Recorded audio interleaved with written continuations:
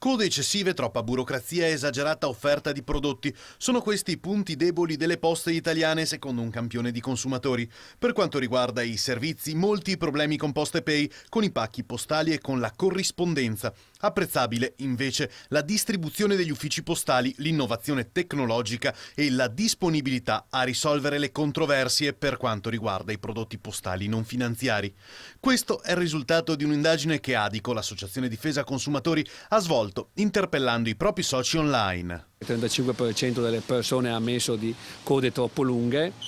Poi certamente il fatto che le poste sono diventate un mini market e quindi questo anche confondono un po' i prodotti offerti e i servizi che dovrebbero dare le poste, e poi un po' di scortesia ha fatto notare che non c'è un buon feeling a volte tra l'utente e le poste.